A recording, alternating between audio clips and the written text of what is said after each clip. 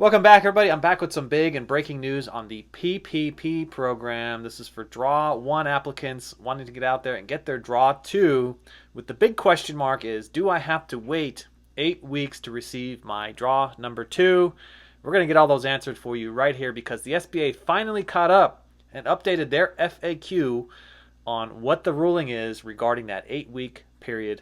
So you're going to want to share this video with every person you know who is in the PPP program, whether they're in Draw 1 or Draw 2, because there's a lot of great information contained inside to explain to you all of the details. So let's get straight into the news.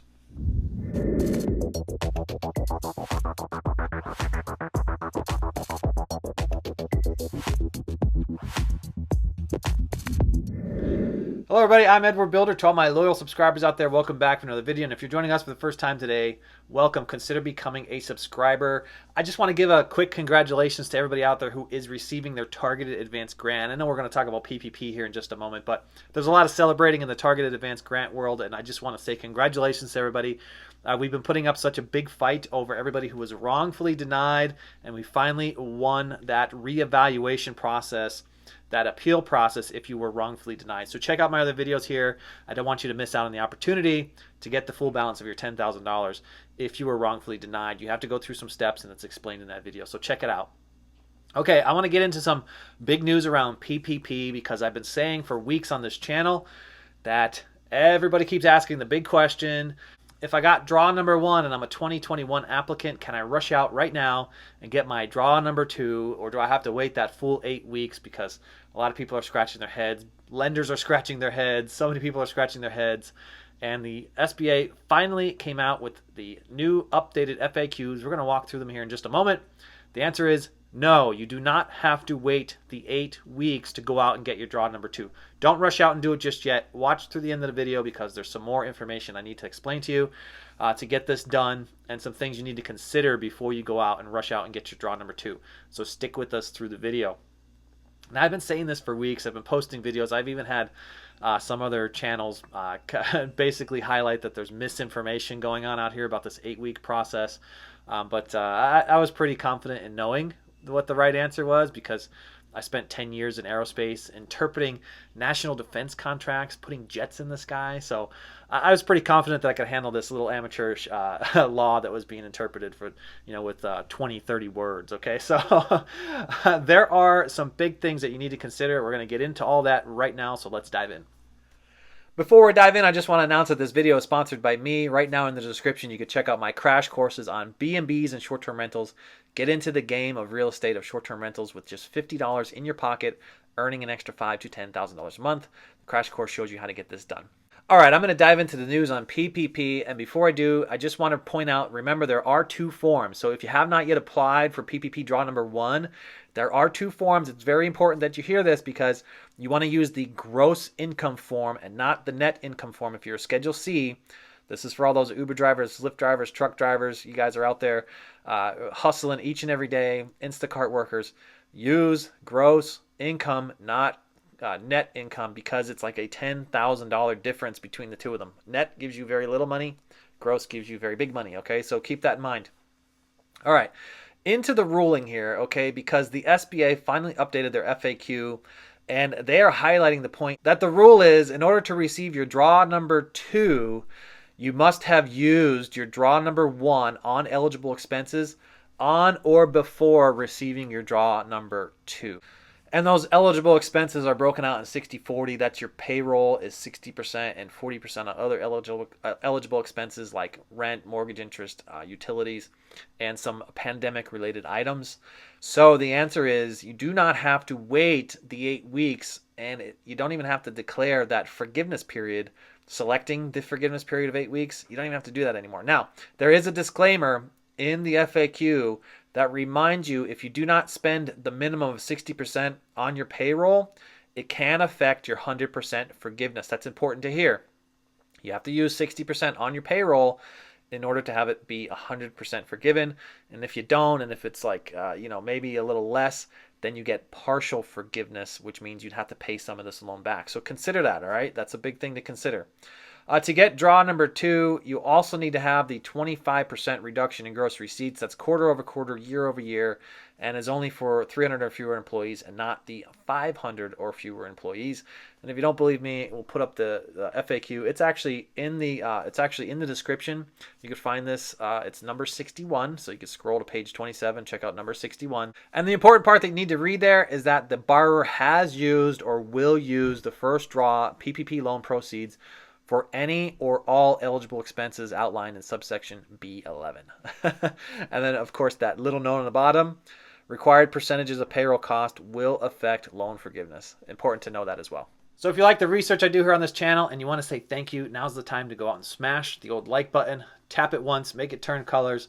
It really helps me out here on the channel. It really helps support this effort so that we could get this message spread to so many people out there, because the more of those thumbs up I get, the more YouTube recommends this video to more and more people. And we have a lot of things we have to accomplish here, like hashtag retro PPP, and we're still fighting glitches in the targeted advanced grant world. So smashing the like button doesn't just help me, it helps everybody out there. It's a small business that's fighting for some fairness in these programs. So all right, I want to talk about some things that your lender has to do, because the lender has to take some action here, and the action is they're going to have the 1502 updated.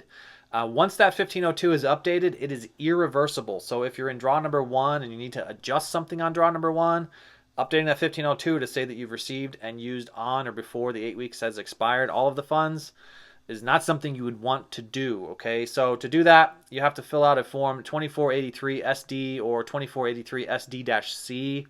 And in some cases, your lenders are having you fill this out pretty quickly right in the beginning. So you receive your funds and then you go through this process of filling out this form, because they're going to do some things on their end to just move the process along.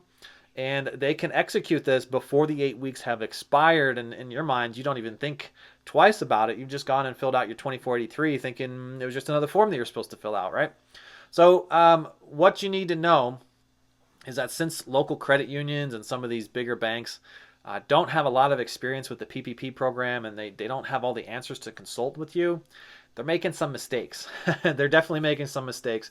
I had a member of my network, very unfortunate incident occurred. He's a farmer. He applied through a local credit union, and he has seasonal employees. Well, that credit union did not know how to calculate his seasonal employees, and only went off of his only went off of his gross value inside of his application. And yeah, he was shorted about $30,000 of his full qualification. So that's a big chunk of change, right? And so, after talking with me and, giving him some fuel to go back and talk to that lender, he went back and was able to show the lender, hey, this is the intent of the law. This is what it means. And you missed this calculation. Can you go and put a new application in and have my draw 1 adjusted? And the lender says, yes, of course, I could adjust draw number 1. No problem. So they go and they adjust draw number 1. And as soon as they submitted it to the SBA takes a look and says, oh, unfortunately, you've already updated the 1502, which meant that your borrower had already received the funds on or before the 8 weeks have expired, and therefore you can no longer ever again adjust draw number 1. And that lender had to come back to the borrower and say, ooh, we made a mistake, and unfortunately we've already updated your 1502, and therefore there's nothing we can do here. We can't proceed with adjusting and giving you that extra $30,000. Now the good thing is that when he goes to get his draw number 2, we do know that there is still $30,000 extra on the table. However, he missed out on that first $30,000. So the message here is you really want to take, before you go out and check out your draw number 2 and want to apply for it, really take a deep dive in your draw number 1 to make sure you maximize the amount of funding that you're eligible for, and get it now before you move forward to get your draw number 2. Because really, once you figure that out and you know that it's solid, it's literally a check in the box process, and you could go get your draw number 2, and that process can happen pretty quickly. You'll also need to check with your banks to make sure that they did not update your 1502 yet, because that can also block you from this process. And of course, if you're a Schedule F farmer and you applied with draw number 1 in the net, you can go back and adjust that to gross. Get that done, again, before the 1502 is updated and before you go out and apply for draw number 2. I'm going to talk about everybody in hashtag retro PPP here in just a moment, because this also applies to everybody out there fighting for the balance of the net to gross. We're going to talk about that now. Let's shift over and talk about hashtag retro PPP because draw number 2 will affect hashtag retro PPP as well. This is for everybody who applied prior to March 3rd and even of last year in draw number 1 using net income on the application. And then as of March 3rd, these new rules were discovered where you could use gross income for Schedule C filers. And it just created this massive unfairness for everybody who was on the ball and went out there and applied prior to March 3rd using your net income. And now there's a disparity and you can't go back and adjust it. The SBA made a ruling that you can't go back and adjust this to get the balance of that net to that gross for fairness of draw 1. So having draw number 2 obviously will stop and prevent you from adjusting draw number 1. And I mean, we're running out of time. We're possibly even running out of funding here. So more than ever, we need to get out and urge our congressmen and women to pay attention to this and create fairness for all applicants who went out and received their net prior to March 3rd and wish to have it adjusted to gross. Hashtag retro PPP, everybody. I was actually one of the only channels fighting for the wrongful denials of the targeted advance grants, and we actually won that. All right, so that was pretty fantastic. We need to stay focused on fairness for all who applied, with net being eligible to go back, overturn that ruling with the SBA, and get a reapplication process just like the Schedule F filers and get the balance of our net to our gross. Hashtag retro PPP, everybody. We're going to need everybody's support to get this done. So leave us a message in the comments titled hashtag retro PPP and let us know if you are affected by the net application prior to March 3rd. Start alerting your congressmen and women. Start emailing them and start tagging them in all of these videos. Copy and paste it all over Facebook. Put it inside the Facebook groups. There's plenty of Facebook groups out there. And start spreading the message that we need some changes to the PPP program for all of those hashtag retro PPP applicants. If you need further assistance outside my free content found right here on YouTube, you could find me pinned in the top comment for a one-on-one consultation. Just click the link and set up a phone call with me. We could talk about anything you want. We could talk about B&Bs, short-term rentals, EIDL, PPP. We could talk about digital currencies, whatever you want to talk about. We'll talk about all of it, all right? Remember, I'm always looking for partners and investors in my B&Bs and my short-term rentals. You could find me on Instagram in the description as well. And it's probably time to take some of the stimulus money that you're out there getting, pay yourself, and go and start investing in your future and change your lives. Because remember, you didn't have to work a service and all those hours to get this lump sum of money. It's like having a free chunk of money to go and invest it in something that could really propel your business forward or propel your life forward. Right now in the description, you could find Webull, BlockFi, M1 Finance, and Robinhood. Webull and Robinhood want to give away free stocks. BlockFi free crypto, and M1 Finance wants to give you a sign-on bonus. I actually use Webull every single day and each month by recommending my friends on Facebook to join Webull. I get about $2,000 worth of free stocks. I could keep those stocks or I could cash those stocks in and go and get whatever I want. Maybe go invest in real estate if I so choose, or maybe invested in one of my crash courses found in the description. That's going to do it for today, folks. I'll catch you all in the next one. Bye for now.